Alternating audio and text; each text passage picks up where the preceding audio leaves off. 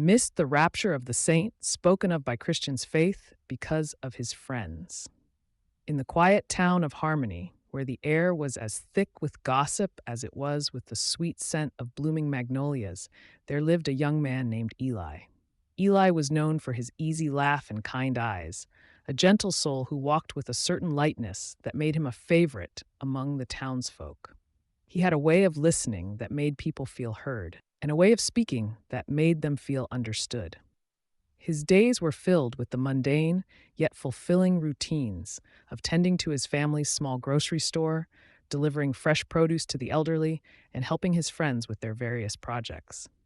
But Eli had a secret, one that not even his closest companions knew about. He was a man of faith, a believer in a world beyond this one, where saints were promised a glorious ascension. The townsfolk of Harmony had long ago turned their backs on such divine prophecies, preferring the solidarity of the earth beneath their feet to the shaky ground of religious fervor.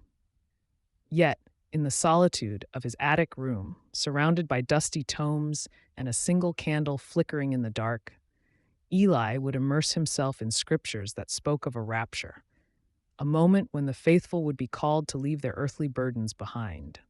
The whispers of the holy texts had been his solace since childhood, a promise of an escape from the pain and suffering that seemed to cling to the fabric of their small community.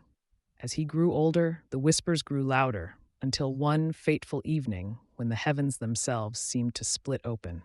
The townsfolk rushed to their windows, their eyes wide with terror and awe, as figures in pure white began to ascend into the sky. Eli recognized the faces of the town's most devout souls, the very ones who had once been shunned for their beliefs. He watched, heart racing, as they disappeared into the clouds, leaving behind a trail of light that danced across the night sky. The rapture had come, just as the scriptures had foretold. But Eli remained, his feet firmly planted on the ground, his heart heavy with a bittersweet ache. He had missed the call. The realization was like a knife twisting in his chest, a stark reminder of the choices he had made. In his quest to fit in, to be liked, he had allowed his faith to fade into the background of his life, a comforting murmur rather than a guiding force. The next morning, the town of Harmony was a somber place, the absence of those taken palpable in the hushed conversations and empty pews. Eli knew he could no longer hide his truth. With trembling hands, he approached his three best friends, Mark, Sarah, and Tom, who had gathered at the town square, still trying to process the miraculous events of the previous night. "Guys," he began, his voice barely above a whisper, "I have something to tell you." They looked at him, their expressions a mix of curiosity and concern. "I believe in the rapture. I always have." He paused, watching their reactions closely. Mark raised an eyebrow, Sarah's eyes widened in surprise, and Tom let out a disbelieving laugh. "I know it's hard to understand, but it's true.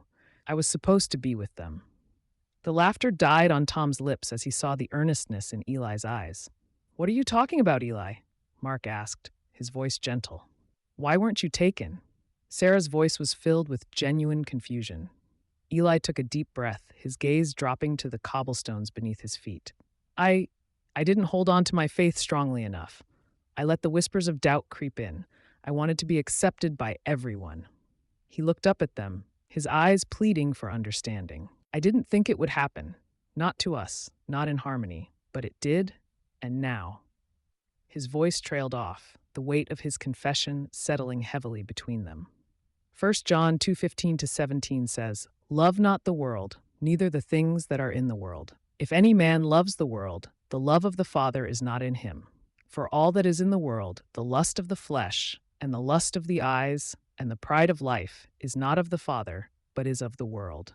And the world passeth away, and the lust thereof, but he that doeth the will of God abideth forever." Don't let the world drown your faith. If you want more story like this, subscribe, like, comment, and share.